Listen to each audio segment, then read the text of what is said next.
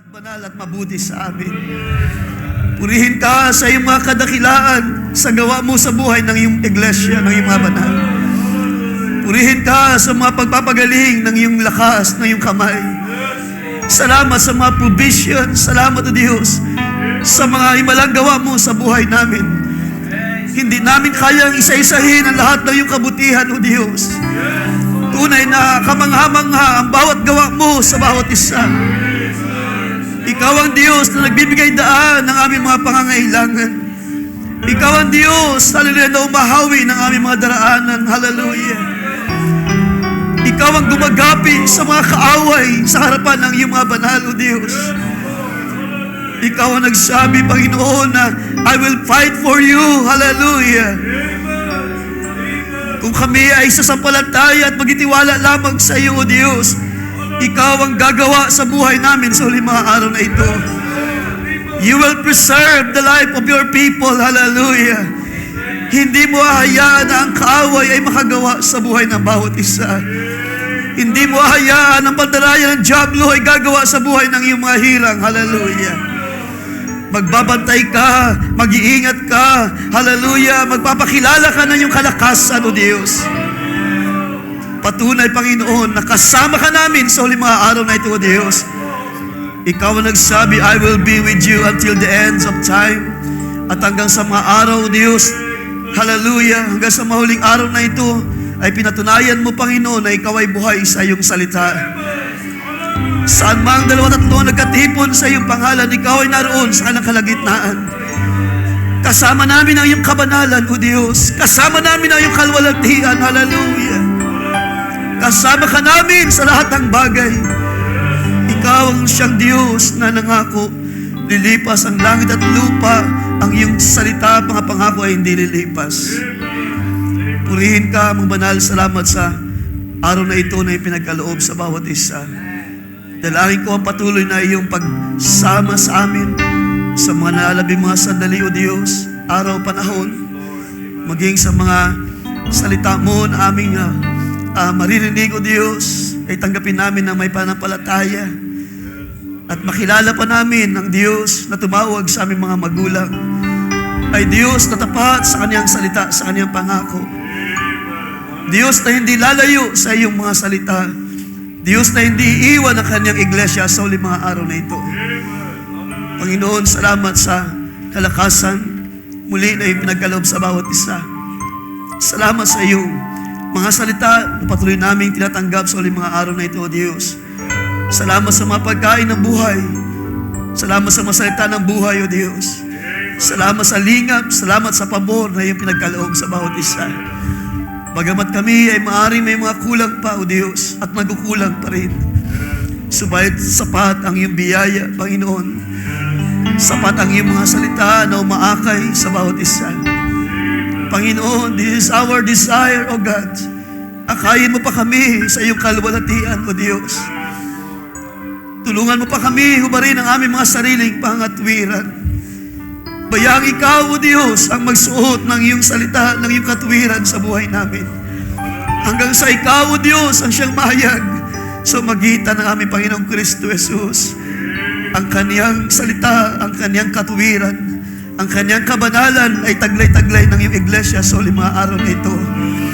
Ang bawat salita na iyong tinanim sa aming mga puso, Diyos, ay sumibol ng panampalataya at tama na pagkaunawa sa iyo, Diyos. Panginoon, salamat sa araw na ito. Salamat sa lingap, salamat sa iyong presensya.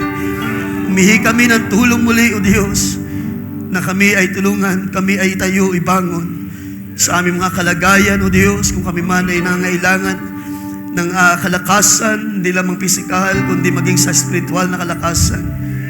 Isugo mo ang iyong kapangyarihan, ang iyong banal na Espiritu. Ang sino mang mahina at manghihina sa umagang ito, ay meron kang kalakasan na iyong pagkakaloob sa bawat isa. Hallelujah. Salamat sa mga pagpapala na iyong pinagkaloob sa bawat tahanan. Kinikilala namin, O Diyos, that you are the source of all things na aming tinatanggap sa araw-araw. Ang mga pagkain na aming tinatanggap sa araw-araw, lahat ng mga provision, O Diyos, maging ang buhay na ito na iyong iniingatan sa bawat lakad ng iyong mga banal. At maging sa mga panalangin ng bawat isa, hindi ka nagkulang kailanman, O Diyos. Kaya bayaang sa iyo lamang ay aming maibalik ang lahat ng papuri at pasalamat. Karapat dapat ka, O Diyos, katulad ng aming narinig kanina sa pagsisimula ng mga panalangin, na kahit man kami ay mayroong kalumbayan ngayon, you deserve pa rin ikaw ay mapapurihan, O Diyos. Kung kami man ay sa lahat sa mga bagay ng lupa, you deserve all the praise and honor. Hallelujah. Dahil higit sa mga bagay na ito, Panginoon, ang aming tinanggap ay ang buhay na walang hanggan na mula lamang sa iyo. Through our Lord Jesus Christ na iyong isinugo para sa aming kaligtasan. Bless your word, Father God. Bless our hearts. Cleanse our hearts. Patuloy mo linisin kami ng iyong salita, ng iyong katotohanan. Sa ilang mga sandali, Panginoon, bayang ikaw ang siyang magbukas at magpahayag at magamit ang iyong munting likod sa mga bagay na ito. Bayang sa iyo lamang, Panginoon, ay aming maingit na sinasauli, may balik lamang sa iyo. Ang papuri ay sa iyo lamang, O Diyos, ang kalwaltian, pasalamat sa tanging pangalan ng Panginoong Kristo Jesus. And everybody say Amen and say Amen. Ating palapakan ang Panginoon. Misa pa ating sabihin, praise the Lord. Praise the Lord. Purihin siya sa kaniyang kadakilaan sa umagang ito. Bago tayo magsiupo, let's open our scripture. Ilang mga bagay na gusto lang muli ipaabot sa bawat isa. Ating sundan ang ating pinaksa last Wednesday about sa buhay ng kanyang likod na si Daniel. Book of Daniel chapter 1. Mula natin sa verse 8, But Daniel purposed in his heart that he would not defile himself with the portion of the king's food, nor with the wine which he drank. Therefore he requested of the chief of the eunuchs that he might not defile himself. Now God had brought Daniel into the favor and goodwill of the chief of the eunuchs. And the chief of the eunuchs said to Daniel, I fear my Lord. So he's referring sa the king, King Nebuchadnezzar. I fear my Lord, the king, who has appointed your food and drink. For why should he see your face looking worse than the young men who are your age? Then you would endanger my head before the king. So Daniel said to the servant, to the steward whom the chief of the eunuchs had set over Daniel, Hananiah, Mishael, and Azariah, Please test your servants for 10 days and let them give us vegetables to eat and water to drink. Then let our appearance be examined before you, and the appearance of the young men who eat the portion of the king's food. And as you see it, and as you see fit, so deal with your servants. So he consented with them in this matter and tested them 10 days. And at the ends of 10 days, their features appeared better, fatter, and flesh than all the young men who ate the portion of the king's delicacies, or the king's food. Thus the steward took away their portion of delicacies and the wine that they were to drink, and gave them vegetables. As for these 4 young men, God gave them knowledge and skill in all literature and wisdom. And Daniel had understanding in all visions and dreams. Now at the end of the days, when the king had said that they should be brought in, the chief of the eunuchs brought them in before Nebuchadnezzar. Then the king interviewed them, and among them all none was found like Daniel, Hananiah, Mishael, and Azariah. Therefore they served before the king. And in all matters of wisdom and understanding about which the king examined them, he found them 10 times better than all the magicians and astrologers who were in all his realm. Thus Daniel continued until the first year of King Cyrus.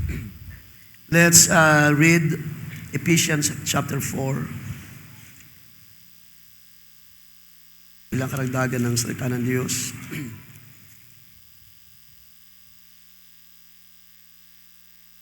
14, that we should no longer be children tossed to and fro and carried about with every wind of doctrine by the trickery of men in the cunning craftiness of deceitful plotting, but speaking the truth in love may grow up in all things into Him who is the head, Christ. Can you say amen sa bawat salita ng Diyos? Purihin ng Panginoon. Lahat tayo malayo na makaupo. God bless you all at salamat sa kanyang biyaya.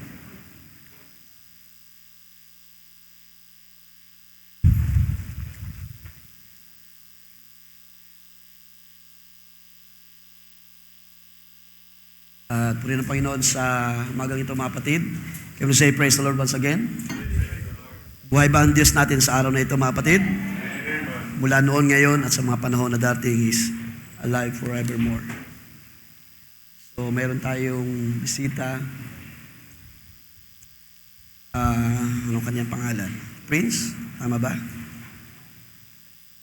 Ilang po. Tama ba, Prince? Sorry. Tama. Prince? Tama ba, Prince ang pangalan?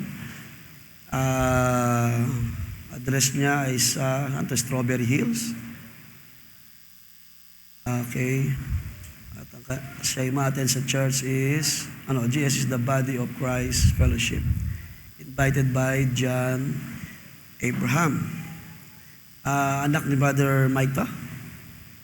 Okay, so isang young people I think. Asan siya? Brother Prince? Okay, so isang young people at ang Diyos magpala sa buhay ng kabataan na ito at siya ang magbukas ng kaniyang salita. Okay, so this morning, hindi pa natin mapupuntahan for the meantime ang series natin about the 7 vials. So last Sunday ay hindi natin naituloy. And today, I just want to continue the series about sa buhay ng lingkod ng Diyos na si Daniel. At bago yun, tayo ay i-remind ko lang that after service, we will have our first practice ng awit para sa ating fellowship na darating sa December 24 and 25. So mamaya ay pwede natin munang pakinggan ang song. I-familiar natin ang ating mga bahagi, ang mga boses, o lalo na yung sa ating youth choir. So pwede natin siyang sabayan para ma-familiar tayo mamaya. At meron pa tayong 2 Sundays para ito ay balikan para sa darating na joint fellowship. Sino sa atin ang merong nakikita na mabuting bagay na inihanda ng Diyos sa ating 2 days joint fellowship mga kapatid? Sino merong expectation sa inyo na mayroong pang biyaya ang Diyos sa mga panahon, sa mga pagkakatipon ng mga banal at hindi masayang ang mga sentimo, ang mga pagtulungan ng bawat isa, ang ating mga support na ibinibigay sa gawain ng Panginoon. So ang magbe-benefit of course ang iglesia sa fellowship na ito, ang ating mga buhay na patuloy na ipinaglilingkod sa buhay na Diyos. Okay, so ating bigyan ng follow-up mamaya ang ilang mga announcement sa pagtatapos ng ating gawain. So I just want to share this part mga kapatid. At ito ay karugtong last Wednesday kung kayo ay naka-tune in sa ating midweek service. And this time, ating subtitle, When Daniel Spoke the Truth. Isang bahagi sa panahon natin pinag-aralan na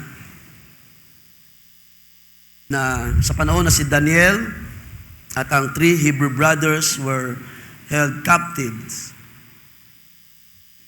At I hope inyong nasundan ang mga bahagi anong karakter ang pinakita ni Daniel sa panahon na sila ay pansamantalang mabubuhay under the Babylonian captivity.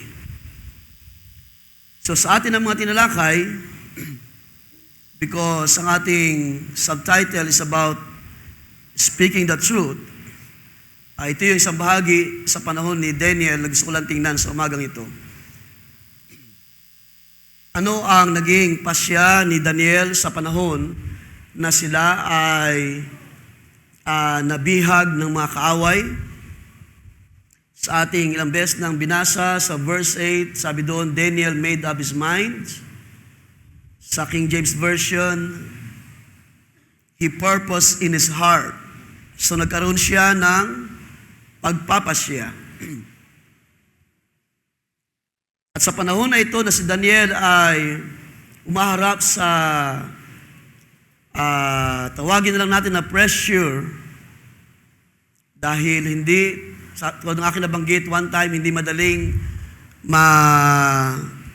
mapailalim sa captivity.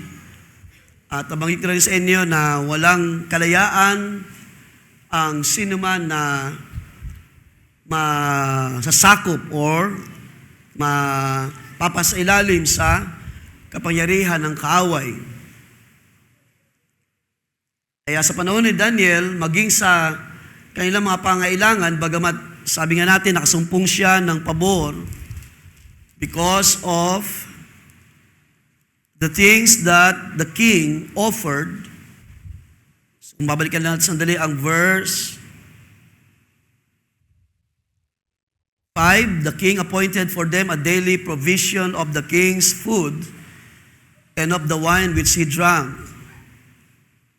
At ang plano ng hari na 3 years of training for them so that at the ends of that time, they might serve before the king. So tinalaki na natin yan dahil nga sa karunungan, dahil sa wisdom na mayroon si Daniel, ay nakita ng hari na sila ay mapapakinabangan sa kanyang kaharian. Subalit nakita na natin na si Daniel ay nagkaroon ng tama na decision. At ang character na kanyang pinakita riyan is, si Daniel ay nagpakita ng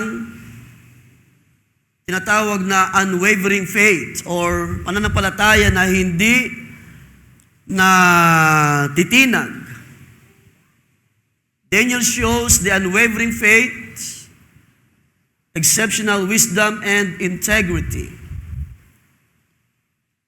Ibig sabihin, hindi ni Daniel kinompromise ang pananampalataya niya sa Diyos.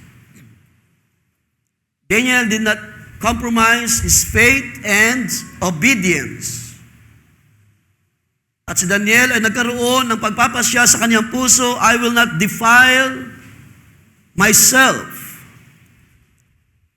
Kaya ang sabi ko sa inyo sa nakalipas, binanggit ng prophet sa ating panahon na ang modern times, itong modernong panahon na ating kinabubuhayan ay katulad sa isang Babylon.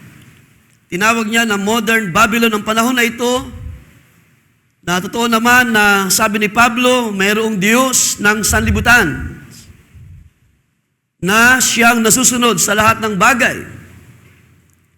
At ang mga tao ay nadadaya sa ating panahon.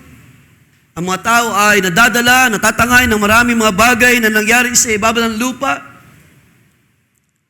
At sino magpapasalamat sa umagang ito? Salamat o Diyos sa iyong kapangyarihan na tayo ay iniingatan sa araw-araw. God still preserved His people. Nagbabantay siya ay may pabor pa rin sa bawat isa. Lagi natin sinasabi, ang Diyos ang ating kalakasan. Ang Diyos ang siyang ating tanggulan, sabi ni Haring David. Ang mga matuwid ay sa Kanya tumatakbo at sa Kanya humihingi ng kalakasan. He is our, sabi sa Kanyang mga salita, He is our strong tower. The righteous run to God. Sa panahon ng mga pressure, sa panahon ng mga pagtatangka ng dyablo na dayain ang bayan, ang mga tao ng Diyos, wala tayong ibang pupuntahan kundi sa presensya ng Panginoon. Just run to the Lord, to His presence, balikan ang Scripture, sabihin ang salita ng Diyos, ang katotohanan, and then ang Diyos ang bahalang gumawa ng pabor para sa atin. Kaya binasa natin yung Ephesians chapter 4, speaking the truth in love, dahil ito ang ipinasya ni Daniel sa kanyang panahon,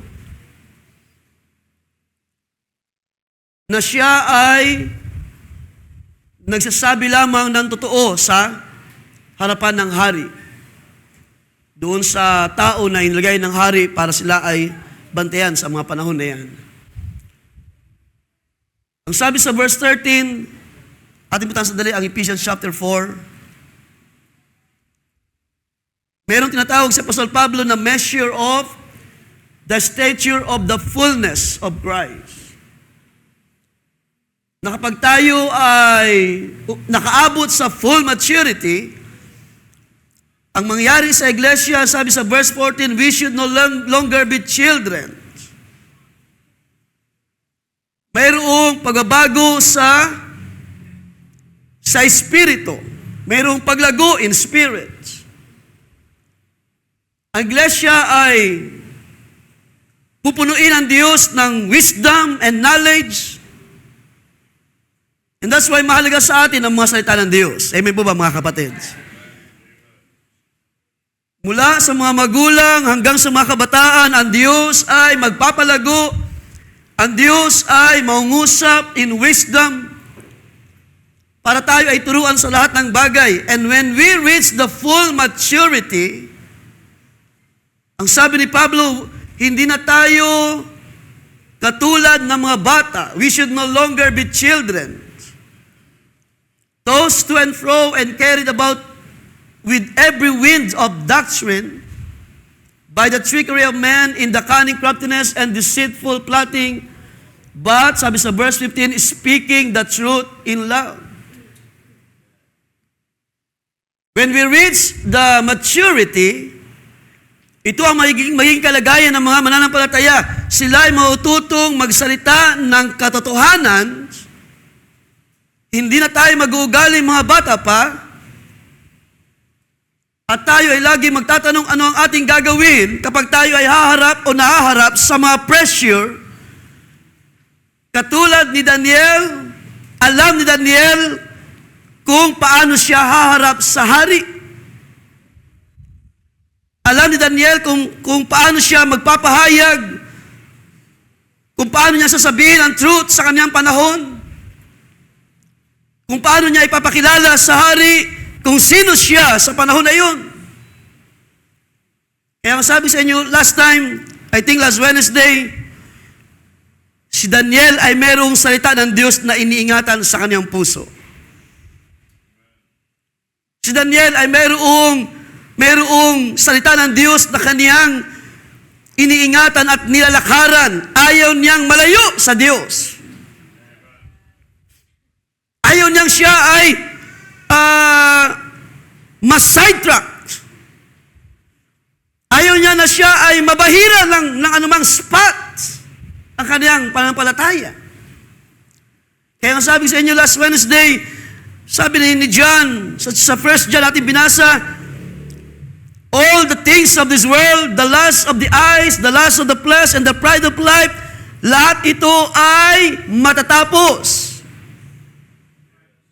At ang sabi ni John, sino bang meron ito ay wala sa kanya ang pag-ibig ng Diyos, ng Ama sa langit.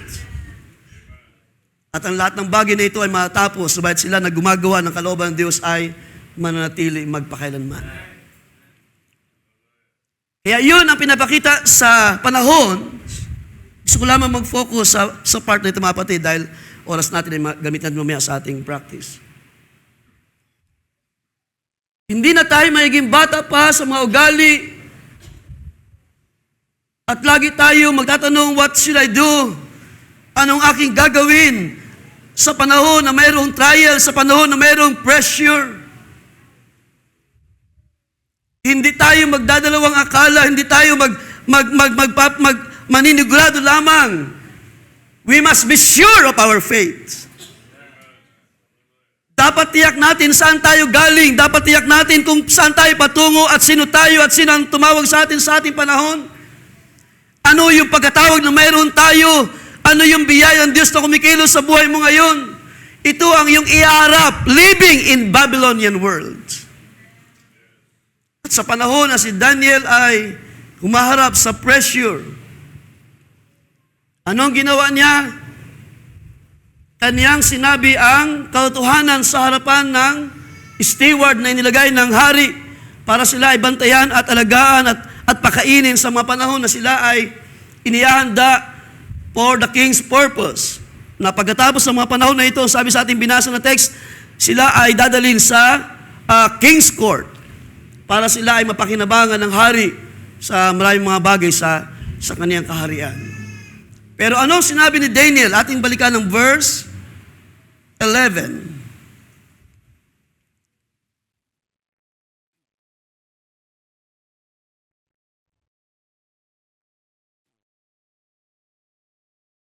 But Daniel said to the overseer, dun sa steward, sa verse 11. Sabi sa verse 12, please put your servants to the test for 10 days, and let us be given some vegetables to eat and water to drink. Sa part na ito, si Daniel ay nangungusap what is truth. Hindi siya nakipag-bargain sa steward na inilagay ng hari. Hindi siya nakipag-compromise. He just speaking the truth sa kanyang panahon. Hindi siya nakipag-bargain para maawa ang steward na ito, para makuha niya ang pabor ng steward. Hindi siya nagbabakasakali. Daniel knows what to speak sa panahon na yon. Alam niya ang kanyang position, sabi nga sa inyo last Wednesday. Alam niya ang kanyang kalagayan. Alam niya ang salita na kanyang binabantayan at iniingatan sa kanyang puso, not to defile by the foods that was being offered to the idols, sa God ng Babylonian world, ng Babylonian kingdom sa panahon na yon. At dapat magkaroon din tayo ng ganong desire, mga kapatids. Sa ating panahon, we should know how to speak the truth. Kung kilalanin niyo ang inyong sarili, hindi kayo papayag na ma-defile, madaya ng sanlibutan, marumihan ang inyong pananampalataya, at ang kaaway makasilip ng spot o dumi sa inyong buhay sa mga panahon na ito. That's what Daniel is doing sa kanyang panahon. So anong ginawa ni Daniel? Sinasabi lang ni Daniel kung ano ang totoo sa harapan ng steward. Kung ano ang makakabuti sa kanya at sa kanyang mga kasama.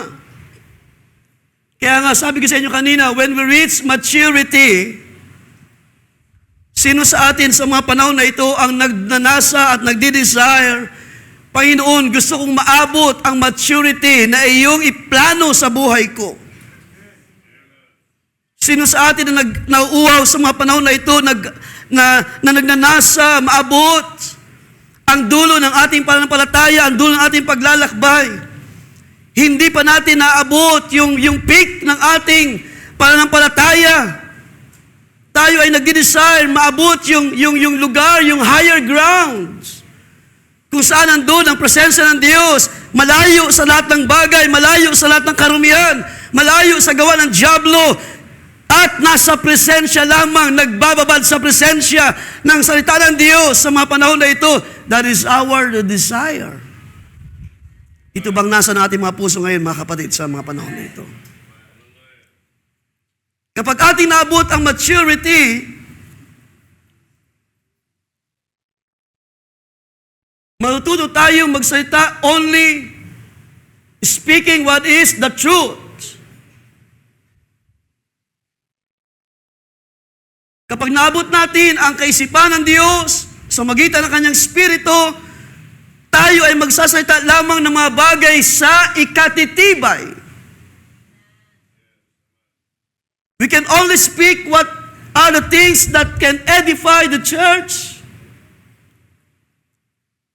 At hindi tayo magpapaligoy-ligoy kapag tayo ay naarap sa maraming mga pressure at mga bagay ng kahirapan. We know where we're standing. Ang salita ng Diyos ay hindi kayang gapiin ng dyablo. Sabi ni Han David, my counsel shall stand forever.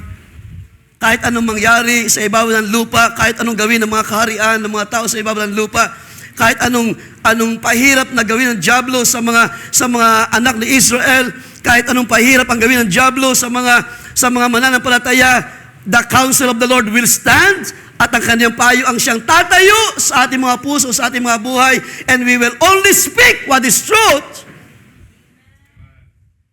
Sino kasama ko sa mga gitong kaya sabihin, I am a child of the King. Ako ay tinawag ng Diyos, hindi para pagpiestahan lamang ng mga bagay ng sanlibutan. Ang plano ng Diyos ay dalhin tayo sa perfection, sa kasagdalan. Tiisin natin ang maraming mga bagay. Iluhod sa Diyos ang maraming mga bagay na mga pangailangan, both material and spiritual, and then God's favor, ang pabor ng Diyos ay kanyang ibibigay para sa iyo.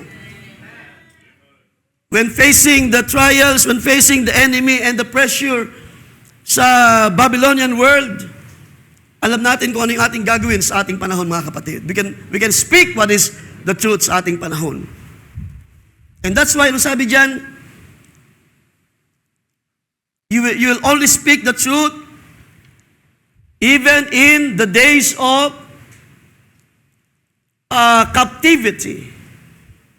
However, ang sabi sa inyo last Wednesday, we are not, wala tayo sa pagiging captive sa sanlibutan, because by the grace of God, tayo pinalaya na ng biyaya ng Diyos. Sino sa umaga itong sabing siya pinalaya na ng Panginoon? Pero ang sabi nga sa inyo, we're still under the course of the Babylonian world. At ang epekto nito sa atin ay hindi rin magiging biro. Kung hindi tayo mag-iingat sa ating panampalataya, tayo ay prone pa rin na maapektuhan ng mga nangyari sa ating panahon, ng mga kagipitan, ng mga kaguluhan. Pero katulad ni Daniel, manatili tayo sa pangako ng Diyos. Learn to speak what is the truth. Learn to speak what are the words na pwedeng mag-edify, mag-encourage. The three Hebrew brothers, sila ay maaari nagbabantay lamang, nag-aantay kung ano yung pwedeng sabihin ni Daniel or gawin ni Daniel sa panahon na yun. Ibig sabihin, sila ay nagkakaunawaan, nagkakaintindihan. Hindi nila kailangang i-compromise ang salita ng Diyos. Ang kailangan lang nila ay sabihin ang katotohanan sa panahon na yun. And that's why we can read, ating puntaan ng Proverbs chapter 12. Ang sabi dyan, verse 19, yung truthful lips,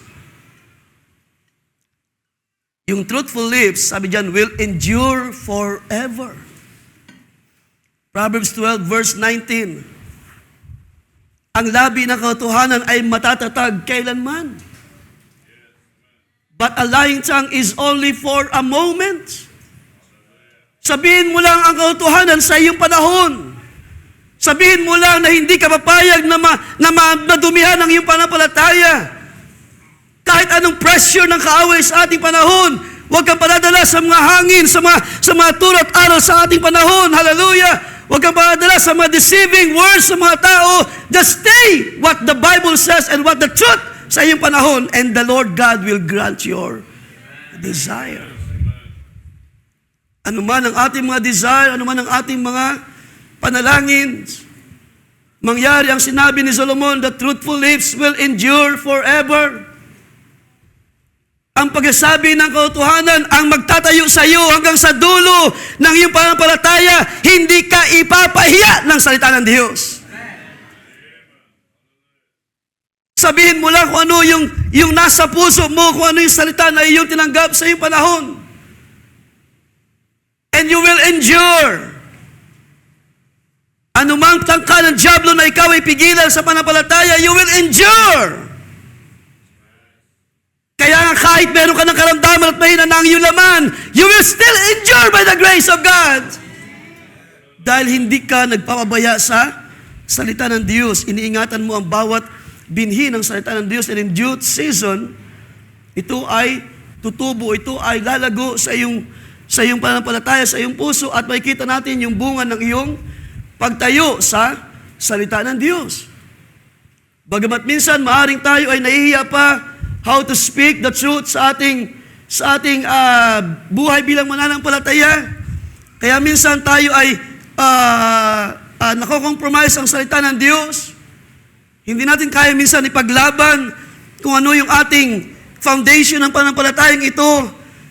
Ang banal na Diyos na tumawag sa atin ay nagturo, be holy for I am holy. At yun yung salita ng Diyos na dumating sa panahon ng mga magulang ni Daniel at ng 3 Hebrew brothers. May Diyos na naglabas, binasa natin last Wednesday, inilabas from Egypt, from slavery. At ang naglabas sa kanila na Diyos ay Diyos na banal. At kayo naman, sabi nag-utos siya, kayo rin naman ay magpakabanal sa inyong mga sarili. At sabi natin, binasa last Wednesday, the law, yung mga instructions, yung mga ordinances na binigay ng Diyos sa bayan ng Israel ay para ma-distinguish nila what is the clean and unclean na pagkain, kung ano yung pagkain na hindi at dapat nila kainin sa panahon na yun. And that's why pagdating sa Babylon, Daniel knows what to do. Alam ni Daniel kung paano niya sasabihin sa hari ang kaniyang pananampalataya. So ano pinapakita dyan? That Daniel is sure about his position. So I hope ito ay ma-establish natin sa umagang ito. Are you sure about your position sa uling mga araw? Daniel knows his position, and he knows what to do, and he knows what to speak before the stewards. Alam niya, hindi siya pababayaan ng Diyos. Meron ba kayong pananampalataya sa umagang ito sa inyong mga puso na kayo sumasampalataya, hindi kayo ipapahiya ng Diyos sa inyong mga pangangailangan? Meron na tayo mga pautuo, katulad natin narinig kanina, ilang taon nang nagadana sa suffering ating kapatid, Sister Torita, sa kaniyang karamdaman. Pero may hangganan lahat ng mga pagpapahirap na ito ng kaaway. Meron ba kayong gano'n nakikita mga kapatid? If you can only speak the truth, hindi ka papayag na ang iyong pananampalataya ay dungisan ng dyablo, ang iyong pagkapit sa mga pangako ng Diyos, na siya ay Diyos na magagamot. Isang araw ito ipapakilala ng Diyos para sa iyo. Totoo ang iyong hinahawakang salita. Totoo ang iyong tinatayuan na salita. Hallelujah! Hindi ka ipapahiya ng biyaya ng Diyos. Sa panahon na ikaw ay tumatayo, sa panahon na ikaw ay nangungusap, only by the truth. Hallelujah! At hindi ka natatakot kung ano ang gawin ng kaaway para sa iyo. So Daniel is sure about his position. Ating balikan ng verse 13. Kaya nga sabi niya doon, kung magkagayoy, masdan mo ang aming mga mukha sa harap mo. So pagkatapos niyang sabihin yung verse 12, without compromising, Daniel just telling the truth. Sabi doon, please test your servants. Diba, malugod siya, nakipag-usap doon sa stewards. Hindi siya nagbabakas sakali. Daniel didn't even afraid what will happen next. Napaganda ng panampalataya na bumabangon sa puso ni Daniel. He's not afraid of what happened or ano yung magiging resulta nito. Kundi ang kanyang panampalataya nagsasabi, ako ay manatili lamang kung ano ang sabi ng Diyos sa akin. Alam niya kung ano yung pagkain na dapat sa kanya. Alam niya na hindi para sa kanila yung pagkain ng hari, na ang hari ay nalalasing, ang hari ay masyadong proud sa kanyang sarili. While eating, marahil kapag kumakain ng hari, he is so proud that he has this everything na kanyang nahawakan or kanyang napapakinabangan. At ang hari ay maaring, yung katulad natin binasa, nag-enjoy sa mga material na bagay at laging lasing kapag umiinom. At alam naman natin kapag lasing na isang tao, hindi na niya alam ang kanyang ginagawa sa kanyang pag-iisip at maaring kung ano-ano mga bagay na pwedeng mangyari while the king is drunk sa mga panahon na yun. At si Daniel ay hindi pumapayag at hindi siya papayag na maging gayon. At sa mga panahon na ito, sino sa inyo ang mayroong ganong desire? Hindi ko hayaan na ang kaaway ay magpatuloy na mag-control ng aking buhay. Ang sabi niya natin balikan verse 13, kung magkagayoy, masdan mo ang aming mga mukha sa harap mo. So Daniel has the word, and he knows his position. At ang sabi niya, at ang mukha ng mga binata na nagsisikain ng pagkain ng ari, so alam niya yung magiging resulta ng mga bagay na ito. At ayon sa iyo makikita ay gawin mo sa iyong mga lingkod. So alam ni Daniel kung ano yung magiging outcome ng kanyang pagtayo sa salita ng Diyos. At hindi siya nag-aalala na siya ay mapahiya in the ends.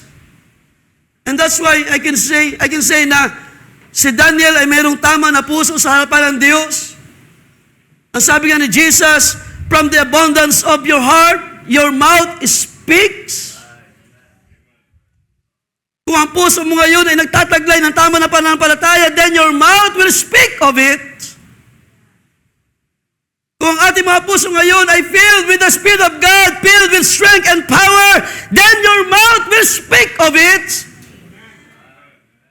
Kung ang ating mga puso ngayon ay filled by the grace of God, hindi ko naman sinasabi na hindi na tayo makakaramdam ng mga pag-aalala. Paminsan-minsan nararamdaman natin ng mga pag-aalala sa maraming mga bagay. But when you stand with the Word of God, nawawala yung worry. Hallelujah! Like Daniel, alam niya ang kanyang sinasabi at alam niya ang kanyang position. Hindi siya mapapahiya by the grace of God. Hindi siya haharap sa hari isang araw. Kaya tinan niyo yung sabi niya, masdan mo yung aming mga mukha sa harap mo. At mukha ng mga binata ng iskay ng mga pagkain ng hari at ayon sa iyong makikita ay gawin mo sa iyong malingkod. So ganyan pa ang ating pananampalataya while living in this Babylonian world sa ating panahon. Tiyak ba tayo sa ating mga pinapahayag at sa ating mga testimony? Naalala ko one time, nangyayari sa mga unang mga panahon, may mga testimony na baseless, testimony na gawa-gawa lamang, mga testimony na dahil lamang sa udyok na laman. Pero iba yung genuine testimony dahil ang glory ay naibabalik sa Diyos. Iba yung may totoo kang karanasan na ang Diyos ang tumutulong sa iyo, na ang Diyos ang umaagapay sa iyo, na may Diyos na duminig sa iyong mga panalangin. Hallelujah! Iba yung totoong karanasan at kapag ikaw ay nagsalita, ang kalwalatian ay laging mauwi sa Diyos. Hindi sa iyong kakayahan, hindi sa iyong kalakasan. Kaya nga sabi ni Pablo, Romans chapter 1, ating tingnan, verse 16, kung tiyak tayo sa ating mga ipinapahayag sa ating panahon, huwag natin kalimutan ang statement ng prophet sa ating panahon, we're living in a very deceiving age. Bantayan natin ang ating mga sarili. Bantayan ninyo ang inyong mga tahanan. Bantayan ninyo ang inyong mga anak. Bantayan ninyo ang inyong mga bagay na nakikita sa labas. Mga bagay na nakikita sa social medias. Minsan nakikita ko, mga may gulang na nakalike doon sa ilang mga bagay na hindi dapat. There's nothing can be hid sa harapan ng Diyos. Walang bagay na may natago at may nilihim sa napakalaking mata ng Diyos. He can sense everything. Hallelujah! Kahit man sa kadiliman ay liwanag sa Diyos, sabi ng Scripture. Bantayan natin ang ating mga paro't parito. Yung ating mga pag-aaral sa mga kabataan. I don't know kung paano na ngayon kumikilos sa loob ng mga schools ang espiritu ng sanlibutan. Pero para sa akin, yan ay isa lamang even sa mga panahon ng kabataan before. Yung mandarayang espiritu sa panahon ng mga naunang panahon hanggang sa ating panahon ay isang espiritu lamang na nandadaya sa mga anak ng Diyos. Pero mag-ingat tayo mga kapatid, magbantay tayo. Ano yung ating nakikita sa ating panahon. Ang sabi ni Paul, ating tingnan, verse 16, chapter 1 ng Romans, sapagat hindi ko ikinahihiya ang ebanghelyo. Meron bang dapat ikahiya sa salita ng Diyos, sa mga tinuturo sa atin, sa mga pinangaral na sa atin? Meron mga bagay na kailangan natin ikahiya or tayo ay nag-aalangan para sabihin sa mga tao, para ipakilala sa mga kabataan, no? Sa mga nag-aaral, sa mga humaharap sa iba't ibang uri ng mga tao. Ano yung ating kinawo-worry para ipakita sa kanila yung truth sa ating panahon? Na alam natin na tayo tinawag ng Diyos sa kabanalan, then live what is right and what is things that can edify. Kaya tingnan niyo, kapag hindi tayo nag-iingat, mga kabataan, di ba? Nakalimot tayo sa ating mga ipinangako sa Diyos, na tayo ay maglilingkod sa Kanya, tayo ay magpapaturo sa Diyos, tayo ay magbibigay daan sa kalooban ng Diyos. Pero kapag tayo nakalimot, ano nangyari? Ang ating mga actions ay hindi na nakakatibay sa iglesia. So beware, mag-ingat tayo. May mga bagay pa ba tayo na dapat natin o dapat ikahiya sa mensahe na meron tayo sa ating panahon? Kung sinabi ng salita ng Diyos, ang mahabang buhok ng mga kababaihan ay kalwalhatian. Di ba? Pero ang sanlibutan na nag-aalok ng kagandahan ng lupa, pero iba yung kagandahan na hinahanap ng Diyos. Ang kanyang kabanalan ay, ang sabi ng Scripture, ang kanyang kabanalan ay, ito'y karangalan ng Diyos. Ang mahabang buhok sa mga kababaihan ay karangalan, glory para sa kanila. At ang Diyos ang naluluwalhati sa mga bagay na ating ipinapahayag o pinamumuhay sa ating panahon. Balikan natin verse 16, sabi dyan, sapagat siyang kapangyarihan ng Diyos. Sabi ni Pablo, I am not ashamed of the gospel of Christ, sapagat ito yung kapangyarihan ng Diyos sa ikaliligtas ng bawat sumasampalataya. Ibig sabihin, kung tayo ay lalakad ng may pananampalataya sa salita ng Diyos, ito'y kapangyarihan sa atin, and ang Diyos ay gagawa ng pagtulong sa atin sa panahon na tayo ay haharap sa mga pressure sa lupa, ang paglakad sa katotohanan, ang pagtatapat sa salita ng Diyos. May Diyos na makapangyarihan na tutulong sa iyo para ikaw ay alalayan, ingatan sa labas, ingatan sa lahat ng bagay na nangyari sa ating panahon. Ang kailangan mo lang, just speak the truth in love. Ibig sabihin, kung mahal mo sa salita ng Diyos, hindi mo hayaan na ito'y mapabayaan para sa iyo. Kung mahal mo ang Diyos mismo sa kanyang salita, ay hindi ka papayag na ikaw ay madungisan ng iyong pananampalataya. Kaya sabi ni Pablo, I am not ashamed of the gospel. Or in short, I am not ashamed of the truth. Maaring sa panahon ni Daniel, maaring may mga tao doon kasama sa loob ng kaharian na nagsisimula na magbulong-bulungan. Ano ba tao ito? Inoopera na nga ng pagkain ng hari, ayaw tanggapin. Binibigyan na nga ng opportunity, ay ayaw pa niyang i-grab ang opportunity. Kaya nga sabi ko sa inyo one time, di ba? Daniel is not tawag niyan, hindi siya opportunista na tao. Salamat, may tama na pagkaunawa si Daniel sa mga plano ng Diyos, sa mga ordinances, sa mga panukala ng Diyos. Alam niya na kapag siya ay tatayo dito, hindi siya mapapahiya sa kanyang sarili. And I pray, I hope sa ating panahon, habang tayo ay palapit na palapit sa climax ng ating pananampalataya, ilang services na lamang, ilang gatherings na lamang, ilang pagluhod, ilang panalangin, at ang dulo ng pananampalataya ay tatapusin na ng Diyos. Siya na nagsimula ng mabuting bagay, may pangako siya na ito'y tatapusin niya. Sa tamang panahon ay tatapusin ng Diyos ang paglilingkod ng Diyos o paglilingkod natin sa Diyos sa mga panahon na ito. Kaya wag tayong, sabi ni Pablo, wag tayong mapagod sa paggawa ng mabuti. Hallelujah. Wag tayong mapagod sa pagdulog sa Diyos. Sino sa atin ang meron pa ring desire, mga kapatid, sa mga panahon na ito? Waiting for the glorious, hallelujah, appearing of the Lord. Mayroong kalakasan pa rin. Can you say amen, mga kapatid? Because they that wait upon the Lord shall renew their strength. Hallelujah. Hindi maubos ang lakas ng Diyos. Kapag tayo ay tumayo, kapag tayo ay nagsasalita ng truths. Hallelujah. Kapag ating nire-depend lagi ang salita ng Diyos, ang kanyang salita ay makapangyarihan para tayo ay ingatan at tayo ay makaharap ng tama sa mga tao sa huling mga araw. Itong ginawa ni Daniel sa harapan ng steward na ito. So dalangin ko na maging gayon ang ating bahagi. Ulitin ko, while we are living in this modern Babylon, na masabi ko rin, I agree with the prophet, na ito yung pinaka-mandaraya na panahon. Pinaka-mandaraya, lahat ng bagay ay gagawin na ng dyablo para tayo ay agawin ng ating kaisipan sa mga pangako ng Diyos. Lahat ng bagay pwede niyang ipakita sa iyo. Lahat ng bagay pwede niyang sabihin sa iyo, ito yung aking kaharian. Katulad na banggit na last Wednesday ng ating MC.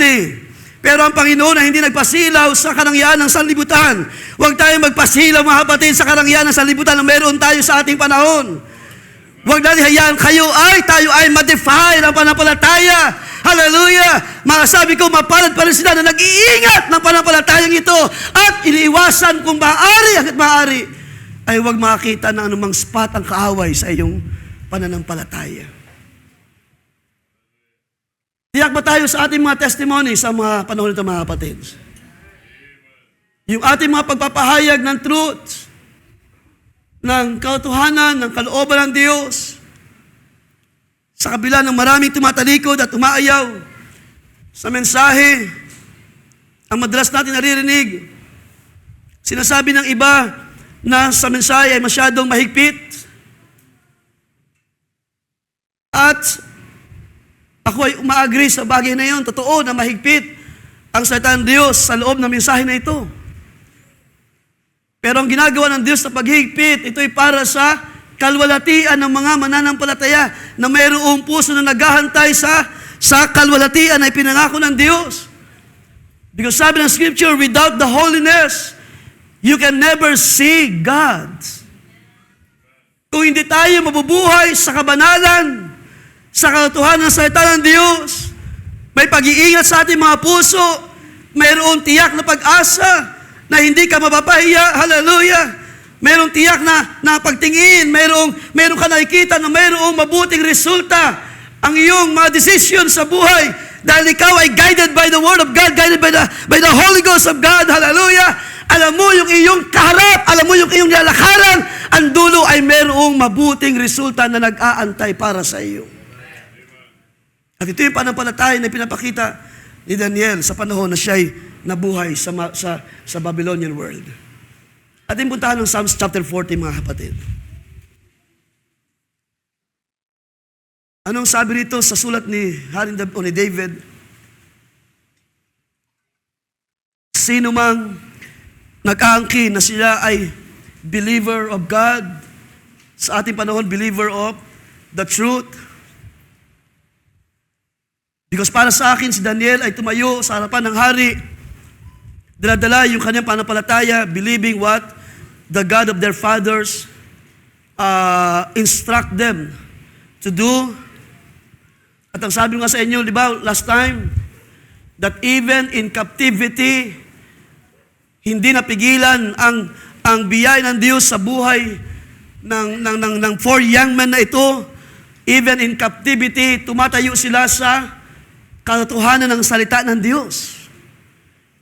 Kahit pa man ang paligid ay hindi sumasang-ayon, kahit ang sanlibutan ay hindi sumasang-ayon, mahalaga para sa atin ang pagtayo pa rin sa banal na Diyos. Magtatapat pa rin tayo, lalakad pa rin tayo sa pananampalataya without compromising the truth sa ating panahon. Kung ayaw ng iba, then so be it. Sabi ni Joshua, sabi niya, na para sa akin at sa aking buong sambahayan, ako at aking sambahayan ay kasama kong maglilingkod pa rin sa Diyos. Kahit na hindi maglingkod ang iba, kahit na tumalikod ang iba, hallelujah, ako'y magpapatuloy dahil alam ko, hallelujah, ang Diyos na tumawag sa akin ay Diyos na dakila at tapat sa kanyang salita. At hindi siya nakakalimot sa kanyang mga pangako. Hallelujah! Yun yung iningatan ni Daniel sa kanyang puso. When they were in captivity, hindi napigilan ng pagkabihag ang salita ng Diyos. At yung isang bagay sa salita ng Diyos, hindi ito kayang kontrolin ng kaaway. Do you believe it, church, sa umagang ito? Ang salita ng Diyos, ang biyaya ng Diyos na kumikilo sa buhay ninyo ay hindi kayang kontrolin ng kaaway. Pwede niyang makontrol yung mga bagay nangyayari sa ating paligid, kagipitan, kawalan, o anong mga bagay. Pero yung salita na meron ka sa iyong puso, hindi kayang kontrolin ng diablo. Hallelujah! And that's why in captivity, meron tiyak na salita si Daniel pagharap sa hari. At yun yung character na ipinakita sa buhay ng lingkod ng Diyos. Psalms 40, ating basahin sa verse 9. Sabi diyan, ako'y nagpahayag ng mabuting balita ng katuwiran sa dakilang kapisanan. So dapat ito yung ating daladala even sa ating panahon. Magpahayag lagi tayo ng salita ng Diyos, ng kabutihan. Nalala ko yung minsan inawit natin one time, look what the Lord has done. Nasaan na? Kamusta na yung mga ginawa ng Diyos sa buhay ninyo? Kayo ba ay grateful sa biyaya ng Diyos na gumagawa sa buhay niyo ngayon, mga kapatid? Atin bang naranasan ang pagpupuno ng Diyos by the grace of God? Naranasan natin na siya ay kasama natin, na siya ay hindi nagpapabaya sa ating mga pangailangan. At ang Diyos ay gumagawa, hallelujah, ng maraming paraan just to meet our needs. Hallelujah! Tanda na ang kanyang kamay. Sabi nga ni Moises, if you will not go with us, we will not go before this place. Hallelujah! Dahil alam ni Moises, kapag kasama nila ang Diyos, meron laging posible na mangyari. Hallelujah! Sabi nga kayo ng ating MC, walang imposible sa Diyos. Do you believe, church, sa umagang ito? Kung tayo ay sumasampalataya, walang bagay na mahirap lagi sa Diyos.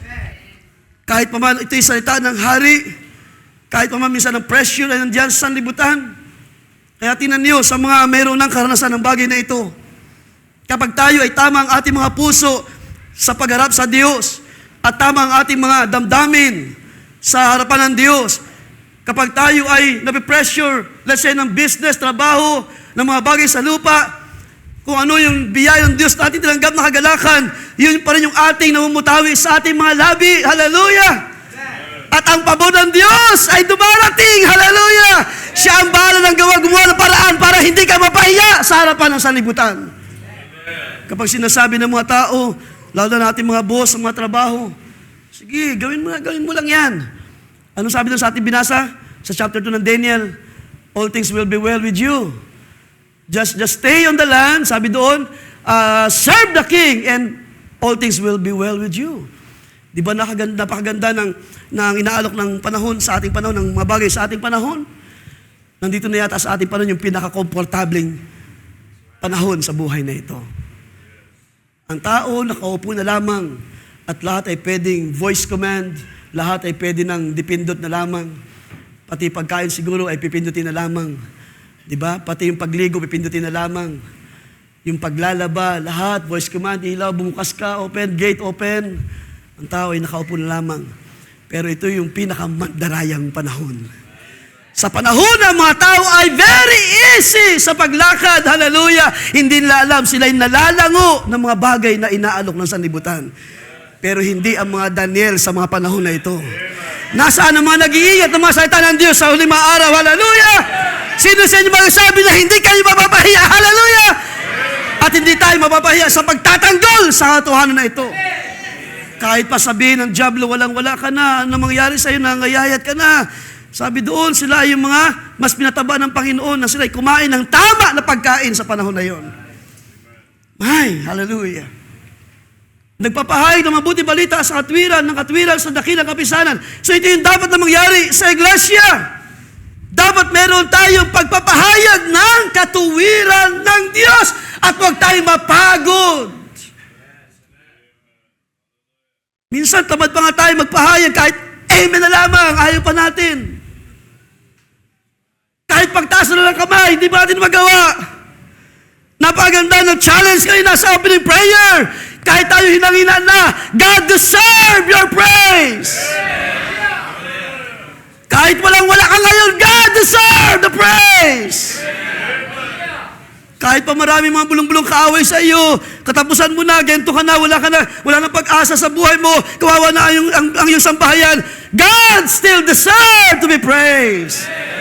At sa panahon na tayo ay mangusap ng katotohanan, ang pabor ng Diyos, siya na ang gumagawa ng paraan para ayusin ang lahat ng bagay. Ating palapakan ng Panginoon, mga kapatid. You deserve all the praise and honor. Ang Diyos ang gumagawa ng isang maayos na panahon. Ano man ang ating desire, trabaho, negosyo, sa mga pamilya, sa mga pangailangan sa araw-araw, ang Diyos na gumagawa ng paraan para may ayos. Hallelujah. Just speak the truth sa puso mo. Sabihin mo lang doon sa steward, hindi ito yung aming pagkain. Ang aming pagkain ay gawin ang salita ng Diyos. Katulad ng sabi ng Panginoong Kristo Jesus, my business is to do the will of my Father. Kaya look what the Lord has done sa buhay ninyo. Ilang araw na lamang, 2026 na. Baka iniisip na natin lagi ay, talagang tumatanda na ako. Lahat naman tayo doon papunta, mga kapatid. Kung ang Diyos ay magluluwat pa sa kaniyang mga pangako. Kaya ang ating pag-asa ay ang appearing of the Lord. Diba? Dahil kung ang buong sanlibutan ay humihibik, paano pa kayo kung hindi kayo humihibik sa mga bagay na ipinangako ng Diyos? Talo pa tayo ng nature, na ang nature ay nauuhaw na sa restitution na gagawin ng Diyos sa ating panahon. Na ang lahat ng bagay ay ibabalik sa kung paano sa pasimula ay maayos ang lahat ng bagay inihula sa aklat ni Isaiah na ang leon at ang, ano sabi doon? Ay magkasama maglalaro at hindi sila magkaaway. Yung leon na mabangis at yung isang maliit, sabi natin maliit na kuting, sa panahon ngayon, isang kagatan lang. Pero sa panahon na yun, na maibalik ang lahat ng bagay, maging yung mga mabangis na hayop ay ititame ng Diyos, paamuin ng Espiritu ng Diyos. Hindi ko pipigilin ang aking labi. Sino kaya sa umaga ito ang merong gantong puso? Hindi ko pipigilin ang aking labi. Dahil ang nakikita ko ay ang mabuting resulta. Tingnan niyo mabuti, mga kapatid. Because of the wisdom, alam ni Daniel kung ano yung magiging bunga ng kanyang pagsisikap sa biyaya ng Diyos.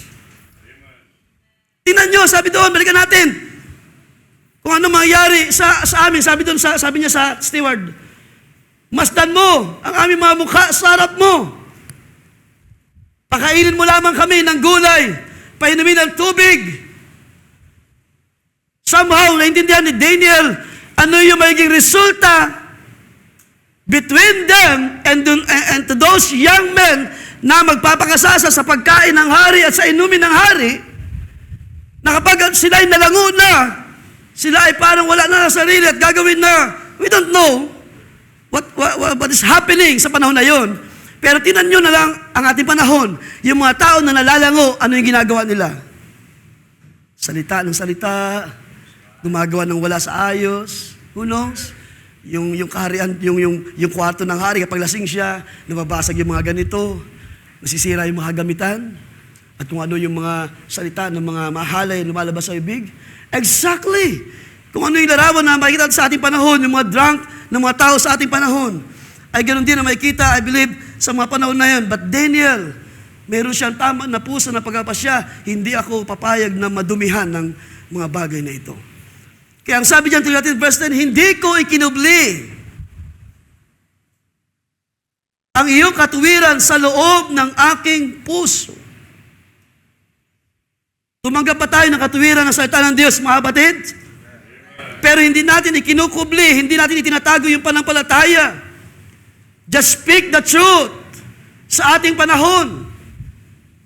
Kung ang mga tao ay ayaw ng kabanalan, pero hindi kayo. Kung ang mga kabataan ay ayaw ng kaayusan, pero hindi ang ating mga kabataan. Kung ang mga kabataan ay sumusunod sa course of this world, of this modern world. Kaya ang tinalakay namin minsan, di ba, na sa mga young people, because of the course of this world, nadadala tayo ng mga tukso, ng mga influence, ng mga barkada, ng mga kaibigan sa labas, na walang unawa sa kalooban ng Diyos. Hanggang sa naiinggit na tayo because sila ay may kanya-kanya mga partner, ikaw na lamang yung nag-iisa. At sususugan pa. Paano yung Disyembre mo na malamig? Nag-iisa ka. Di ba yung pandaraya, yung aalok ng mga bagay na ito hanggang sa ikaw na mahina pa sa panampalataya, ay nadadala ka, sige na nga. Kahit ayaw ng puso mo, maliligaw ka ng hindi mananampalataya. Di ba?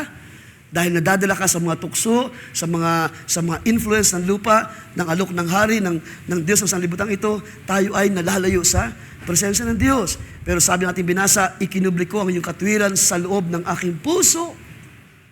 At sabi diyan, aking ibinalita ang iyong pagtatapat at ang iyong pagliligtas.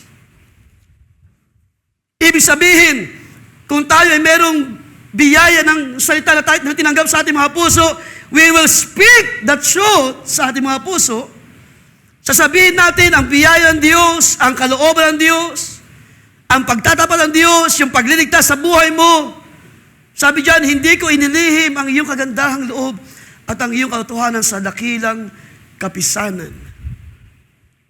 Kaya ano nangyari sa panahon ni Daniel? Daniel is just saying the truth nang sabihin niya na hindi kami, di ba, who knows, mayroon pa mga ibang conversation na pwedeng mangyari. Most likely, maaring nag-uusisa yung steward. Talaga ba? Totoo ba? Na ito yung sabi ng Panginoon? Na ito yung ordinance ng Diyos? Ito yung turo sa inyo? Anong gagawin ni Daniel kundi mag-testify? Ano yung gagawin natin kapag may mga tao nagtatanong sa ating panampalataya? Sa mga young people, alam na ba ninyo kung paano sumagot kapag kayo ay tinatanong, bakit mahaba ang buhok ninyo? Like Daniel, you should know your position. Alam nyo kung paano sabihin ang truth sa panahon natin. Alam nyo yung tama at mali. Alam nyo yung clean and unclean. At nang sabi ng Scripture, huwag nyo ihipuin yung mga bagay ng mga madudumi. Yung mga kaisipan ng sanlibutan na madumi, ang pag-iisip, ay huwag na natin tularan. Sabihin nyo lagi, ito'y banal sa harapan ng Diyos, ito'y kalwalatian ng mga kababaihan, ito'y karangalan nila. Ang pabor ng Diyos ay gumagawa sa mga bagay na ito. Kahit mo sa mga kalalakihan, di ba? Na akin na i-advise. So, huwag na tayo gumaya sa mga kabataan sa libutan na ang buhok ay wala sa ayos. Brother, yung buhok na makapal sa harap, manipis dito. Kita-kita naman, that's the world. Ito yung course of this world. Diba? Mas mainam yung maayos, trim, maayos yung buhok, malinis tingnan, presentable. At ang mga tao na titingin ay hindi tumitingin sa iyo na, wow, gwapo mo sa gupit mo, o ikaw ay napapattern sa mga bagay ng sanlibutan. Instead na makita ay kakaiba para sa iyo. Kaya si Daniel nang siya ay mag-decide, naniniwala ko ito'y kakaiba sa steward. At alam niyo bakit? Ang steward, kung ating babalikan, ay natakot siya, ating balikan niyan. Natakot itong steward na siya ay possible na papatayin ng hari kapag hindi sinunod ni Daniel ang utos ng hari. Verse 10, the chief of the eunuchs said to Daniel, I fear my king. I fear the king Nebuchadnezzar, who has appointed your food and drink. Sabi niya, ito na nga, binibigay na nga sa inyo ng hari. No, kung yung dramatize natin, alam mo ba, Daniel, na mamamatay ako? Buhay ko ang kapalit kapag hindi mo ito kinain.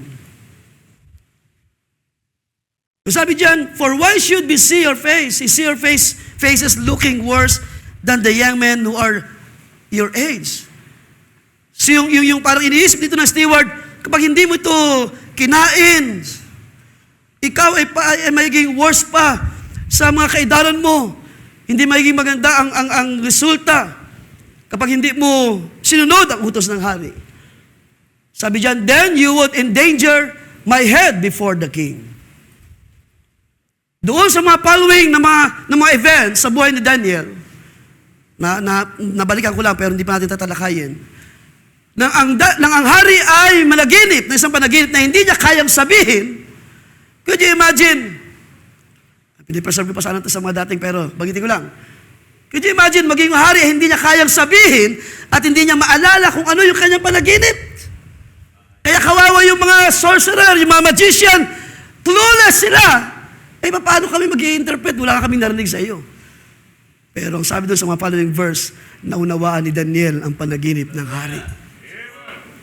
You see? Ibig sabihin, kilala ni Daniel at alam niya, may mabuting resulta kapag ito ay hindi niya ginrab ang opportunity.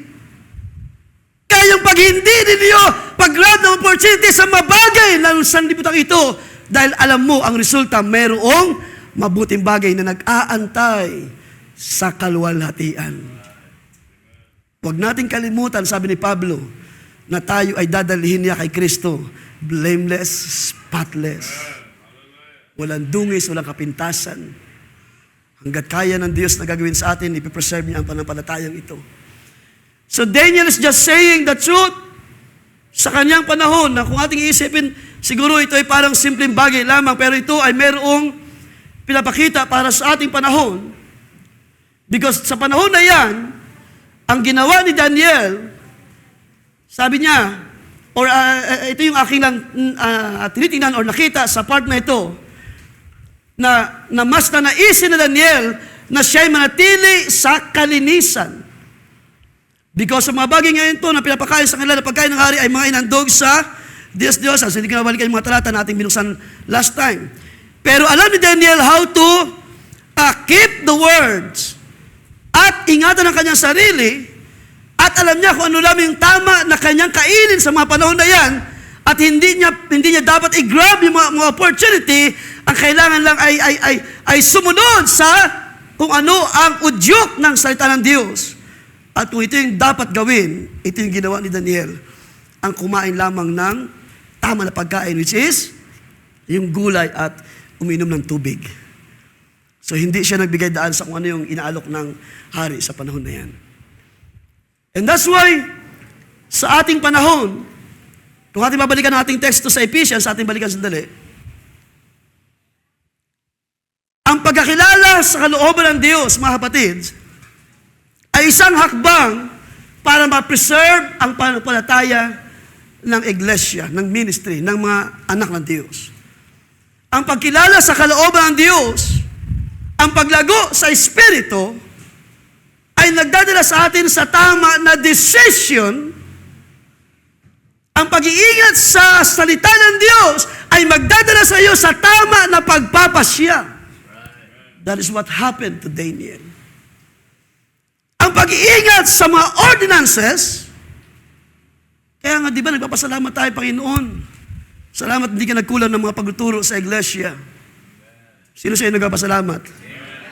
Mga kabataan, di ba? Salamat, meron pa rin mga lingkod ng Diyos na pinapadala para tapyasin pa yung mga pangit sa atin, yung mga hindi na maayos, yung mga, alam nyo, minsan napansin ko, but to be honest sa inyo mga kapatid, hindi maganda na sa social media, ha?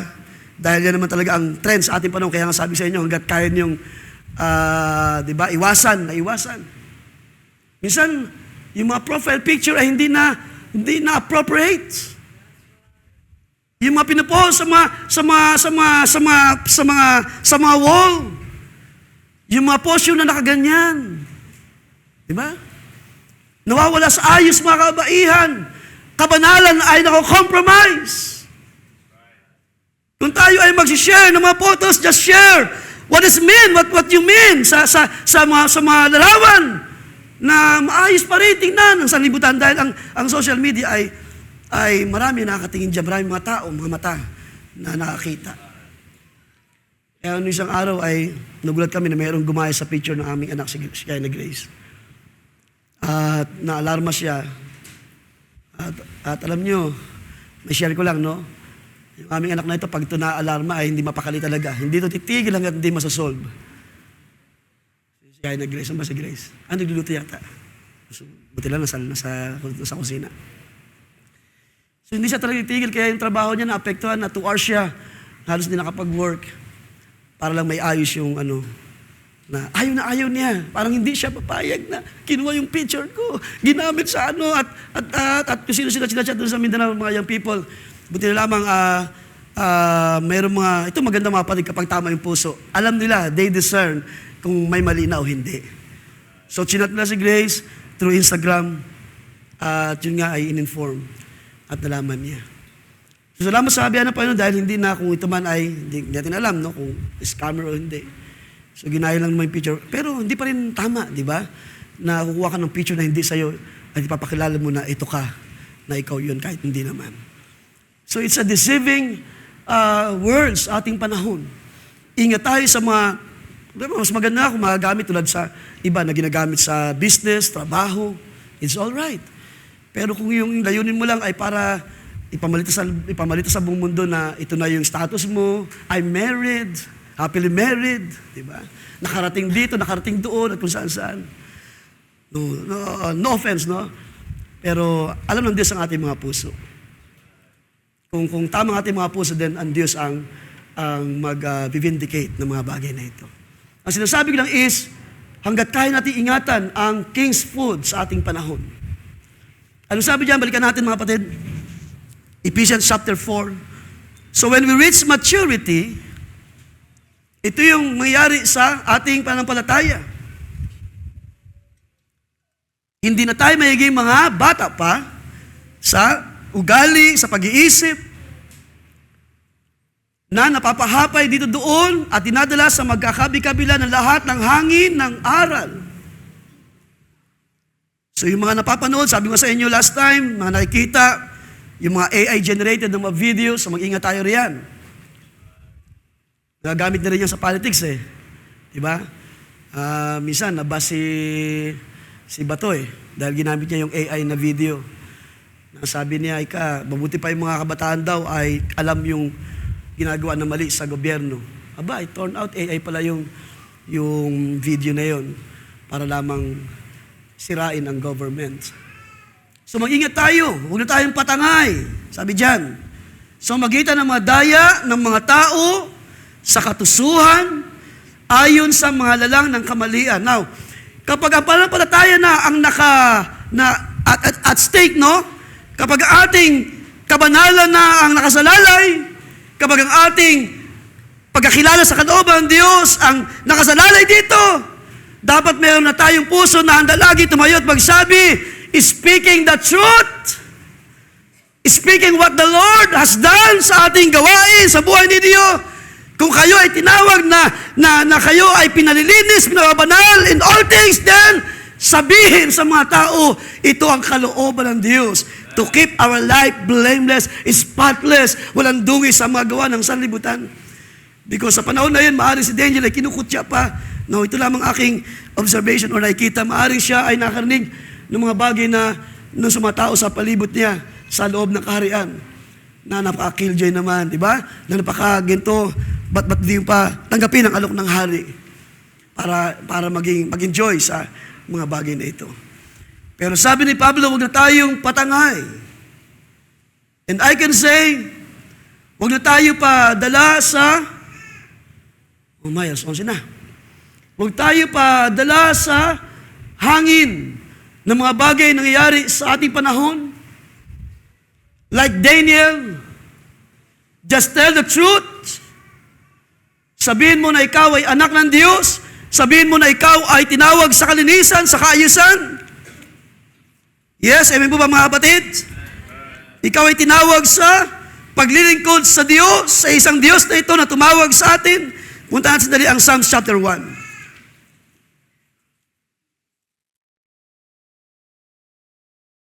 15 minutes mga kapatid. Wow, napakabilis ng oras. So anong sabi dito ng salita ng Diyos? Psalms chapter 1. Ito yung tama na pagkakilala sa mga sa mga tao ng Diyos na lumalakad sa panampalataya.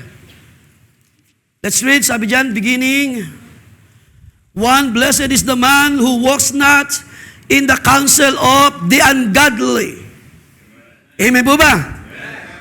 Nor stands in the path of sinners, nor sits in the seat of the scornful. Alam ng mga anak ng Diyos ang kanilang position sa Babylon world. Hindi na dapat tayo nakikihalo pa sa mga ungodly. Sino rito mga magulang? Ang unsettled na sa salita ng Diyos. Hindi na dapat isama ang mga bata sa panahon ng mga Christmas party. Sino mag-amen, mga magulang? Alam nyo ba yung pandaray na ginagawa ngayon ng DepEd? Palitan natin yung Christmas party. Gawin natin, year-end party na lang. Para yung mga hindi umattend, patinin na natin. Pasamahin natin sila. Pinapaganda lang yung mga terminologies, pero hindi lumalayo sa pagsuway sa salita ng Diyos. Nandyan ang mga kabataan na lalasing sa mga entertainment, sa mga awit, sa mga sayawan, at kung ano pang mga kalayawan ng sanlibutan. Blessed is a man na hindi humahalo sa mga ungodly. Yung mga magulang na alam na nila sa panahon ng Halloween party, isa pa yan. Kukulayan yung mukha, ayusin yung mukha, at ano pa mga bagay na i-search nyo lang, kayo na lang mag-search. Marami nang makikita nyo sa kay Mr. Google. Ano yung history ng mga bagay na ito? Wala po siyang kinalaman sa salita ng Diyos. Wala kinalaman sa kalooban ng Diyos sa buhay ng mga mananampalataya. But his delight is in the law of the Lord. Ganito yung puso ni Daniel. And in his law, he meditates day and night. Hindi lang sa panahon na sila ay malaya, outside the captivity. Sa panahon na sila ay held captive, mas dinasa pa nga ni Daniel manatili sa Word of God. At hanapin ang pabor ng Diyos, hanapin ang ligat ng Diyos. That even in Babylonian world, kaya pala ng mga anak ng Diyos mamuhay sa mga salita ng Diyos, sa kanyang mga salita. He shall be like a tree planted by the rivers of water that brings forth its fruit in its season. Yung bunga nito, yung resulta ng iyong pamamalagi sa truth, sa iyong salita ng Diyos. Whose leaf also shall not wither, and whatever he does shall prosper. Hallelujah. The ungodly are not so, but are like the chaff which the wind drives away. Ito yung mga masama na walang laman ng buhay, kundi sanlibutan. Therefore, the ungodly shall not stand in the judgment, sa panahon na darating, nor sinners in the congregation of the righteous, for the Lord knows the way of the righteous, but the way of the ungodly shall perish. God knows the way of Daniel. Alam ng Diyos, nakita ng Diyos ang pagpapasya na ginawa ni Daniel. I am resolved. I have my decision. I will not allow myself to defile. Hindi ako mapahig na mahawaan, tawag niyan, ma-influensya ng sanlibutan ito. Mga kapatid, huwag din kayo papahayag na kayo ay madala ng mga kaisipan ng sanlibutan, mga entertainment ng sanlibutan ito, mga bagay na nagpapalayo sa presensya ng Diyos. Tayo ay bumalik sa salita ng Diyos. Hallelujah! Tayo ay may salita ng katotohanan na ating dapat ingatan sa ating panahon. Not compromising the word of truth sa ating panahon. Kaya, ito yung pinapakita ng Scripture. Sabi ni Paul, speak the truth in love. We are to grow. Kapag tayo ay natutong magsalita ng salita ng Diyos, kapag tayo natutong tumayo sa katotohanan, tayo ay palalaguin sa Espiritu. We are to grow in all aspects, sa lahat ng bawat bahagi ng Panginoon. Who is the head? Sabi ni Pablo, that is Christ. Kapag tayo ay lumakad, keeping the truth sa puso natin, ang paglago sa Espiritu ay magpapatuloy. At ang pabor ng Diyos ay igagawad, ibibigay sa iyo. At ang Diyos gagawa ng paraan sa mga bagay na hindi mo kaya. May biyaya ang Diyos na gagawin para sa iyo. Like Daniel, kailangan natin magkaroon ng character while we are under. So hindi na tayo alipin pa ng sanlibutan, pero tayo ay sakop pa rin ng course ng modern Babylon sa ating panahon. At ang kasalanan ay nandiyan sa ating paligid. Huwag nawa tayong matangay. Huwag nawa tayong madala ng mga kalayawan ng lupang ito. Hindi tayo makakapasok sa karya ng Diyos kapag tayo mabubuhay sa ating mga laman. Flesh and blood cannot inherit the kingdom of God. Kaya nga ang buhay natin ay nagpapatuloy sa salita ng Diyos. Maaaring hindi lang tayo aware, pero ang mga magagawa ay lagi silang humihibig, dumadalangin, humingi ng pabor, Panginoon. Anong salita ang dadalhin mo sa mga panahon na ito? Anong salita ang iyong ituturo, ipapadala? para mapanatili namin ang kaayusan, para mapanatili ng iglesia ang kabanalan, ang pagtatapat, ang maayos na buhay sa harapan ng Diyos, na hindi tayo masumpungan ng may mga spot sa ating mga puso't kaluluwa. Ang panalangin, paghibik sa salita ng Diyos upang ma-preserve ang pananampalataya na walang dungis. Siguro ito yung last verse na gusto kong basahin dahil malagay ng ating oras para bigyan daan ng ating pagkasanay sa ating congregational song. Let's read 2 Timothy chapter 1. Ating masamantala tatapusin sa part na ito.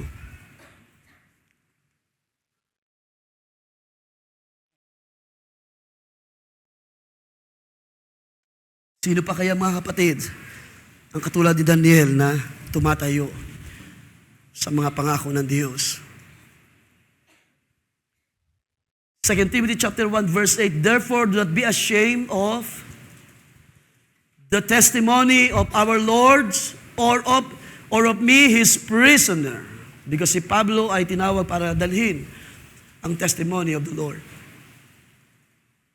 But join with me in suffering for the gospel according to the power of God. So hindi po talaga maiwasan.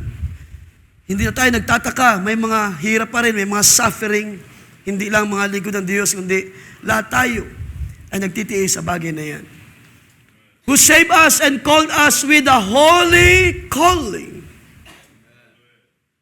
Daniel and the 3 Hebrew brothers, yes, they are in Babylon, pero hindi nagagalaw ang kanilang pananampalataya. Sila ay nakatayo pa rin sa salita ng Diyos. Tayo na nabubuhay sa uling mga araw sa modern Babylon. Sino sa inyo ang nakatayo pa rin sa salita ng Diyos? Hallelujah! At kayang sabihin, I am a child of the King. Ang sabi ng Diablo, walang-wala ka na nga, wala kang makain, wala kang ganito. I am a child of the King. Nangangayayat ka na, wala kang maayos na trabaho, wala kang kinabukasan. Ang Diyos ko ay buhay na tumawag sa akin. Because nakita ko, there is a holy calling of the bride. At dahil ang Diyos ay banal na tumawag sa inyo, hindi papayag ang Diyos na tumawag sa inyo na kayo ay pabayaan sa uling mga araw na ito. Tatayo tayo na mayroong buhay na testimony sa Diyos. I will not defile my life sa King's food sa uling mga araw dahil mayroong kalwalatian na nag-aantay sa akin sa uling mga araw na ito. Sa atin, sa iglesia, sa uling mga araw na ito. Not according to our works, but according to His own purpose and grace. Ito yung pagkatawag natin sa uling mga araw, which was granted to us in Christ Jesus from all eternity. So look at yourselves. Hinahamon ng kaaway ang buhay natin, but we're looking for the finished work na ginawa ng Diyos sa buhay natin. Dahil tinangusap si Pablo yung bagay na ginawa ng Diyos. Sabi niya, from eternity. So magitan ni Kristo. Sabi niya, has now been revealed by the appearing of our Savior Jesus Christ, who abolished death and brought life and immortality to light through the gospel. So ito yung kondisyon ng iglesia sa ating panahon.